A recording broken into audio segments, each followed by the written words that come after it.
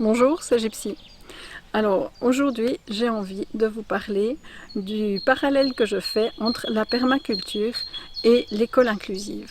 C'est assez drôle comme lien, mais je pense que depuis longtemps, l'école cherche à inclure, mais en fait, on est toujours basé sur le même modèle économique que dans l'agriculture ou dans d'autres endroits économiques où on fait de la monoculture. On veut planter à un endroit une seule plante en essayant d'évacuer toutes les autres et en engraissant ce qu'on veut comme plante, mais on a oublié la diversité du vivant, la diversité dont il y a besoin pour que tout fonctionne.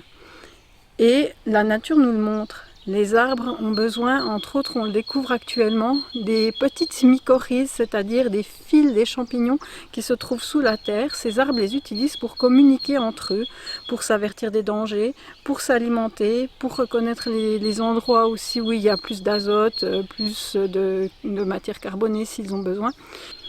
Et toute cette diversité, les grands arbres permettent aux petits éléments qui se trouvent à leurs pieds de rester dans une humidité, d'avoir de l'ombre quand il y a des grandes chaleurs en été. Ça permet aussi de les alimenter, ils s'entraident entre eux et vraiment tout le monde a son utilité, y compris les animaux, les petits comme les grands. Par exemple, quand une plume tombe sur le sol, elle va se dégrader et fournir de la matière organique pour les autres éléments de la nature. Et tout ça, on le découvre à l'heure actuelle, les permaculteurs commencent à l'utiliser, on crée des jardins-forêts, donc avec plus cette idée d'une seule culture partout pareil, mais de vraiment mettre en lien ces différentes, les plantes autant que les animaux, de recréer une biodiversité beaucoup plus vaste, ce qui fait qu'il y a moins de dégâts au niveau des prédateurs. On voit aussi par exemple dans la culture du maïs, il a fallu de longues cultures et de longues modifications des maïs pour redécouvrir qu'en fait les maïs d'origine avaient la capacité, quand ils étaient attaqués par un prédateur, un ver, de sécréter quelque chose qui attirait les prédateurs des vers qui eux étaient en train de les manger.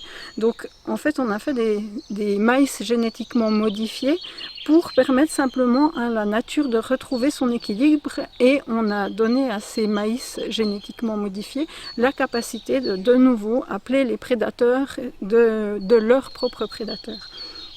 Et tout ça est très bien organisé dans la nature et on s'inspire de plus en plus de tout ça pour recréer des jardins-forêts, pour devenir, certains disent qu'ils sont de plus en plus cueilleurs que agriculteurs, parce qu'au fil des ans, eh bien, leur jardin-forêt se débrouille à peu près tout seul. Et il y a besoin de vraiment chaque élément.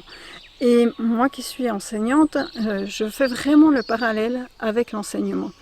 Donc on essaye d'amener tous les enfants au même degré de connaissance. Alors ce qui est très bien, je trouve que nos plans d'études, le socle des compétences contient tellement de choses riches, et que c'est important d'offrir cette richesse à nos enfants, vraiment qu'ils puissent avoir accès à toutes les matières. Maintenant, on sait aussi que quand un étudiant de physique sort de l'université, il ne connaît que 1% de son domaine. Donc il aura forcément besoin de se mettre en lien avec d'autres professionnels du domaine pour agrandir ses connaissances, parce que les connaissances sont telles qu'on ne peut plus tout savoir, et c'est important maintenant de penser à se mettre au même fonctionnement que la nature, et en fait de créer des écosystèmes de connaissances, d'apprentissage. François Tadei parle de société apprenante, et je pense que c'est intéressant vraiment d'aller dans cette idée-là à l'heure actuelle. On voit aussi que de vouloir amener tout le monde au même niveau, c'est impossible. L'école n'a jamais réussi à faire ça. On ne peut pas prétendre une seule fois, une seule année, que tous les enfants auront acquis toutes les connaissances qui se trouvent dans le plan d'études ou dans le socle commun des compétences. C'est impossible, on est tous différents. Et c'est bien là que se joue tout l'enjeu de l'inclusion, c'est de reconnaître ces différences et de les valoriser. Si quelqu'un est bon dans un domaine, même j'ai eu des élèves qui ne savaient même pas parler, mais qui avaient une sensibilité à la nature, ils me montraient des choses que j'avais même pas vues. Et ils avaient cette richesse-là, cette compétence-là, cette approche que moi je n'avais pas. Par contre, j'étais capable de faire d'autres choses que eux ne pouvaient pas faire. Mais en mettant ensemble nos connaissances, nos compétences, c'était possible de faire quelque chose de déjà très agréable parce qu'on communique, on est ensemble. À l'heure actuelle, on voit à quel point c'est quand même vraiment sympa d'être ensemble. Et en même temps, ça permettait à chacun de grandir, d'enrichir ses connaissances, de croître dans ses capacités, ses compétences. Et tout ça, c'est important.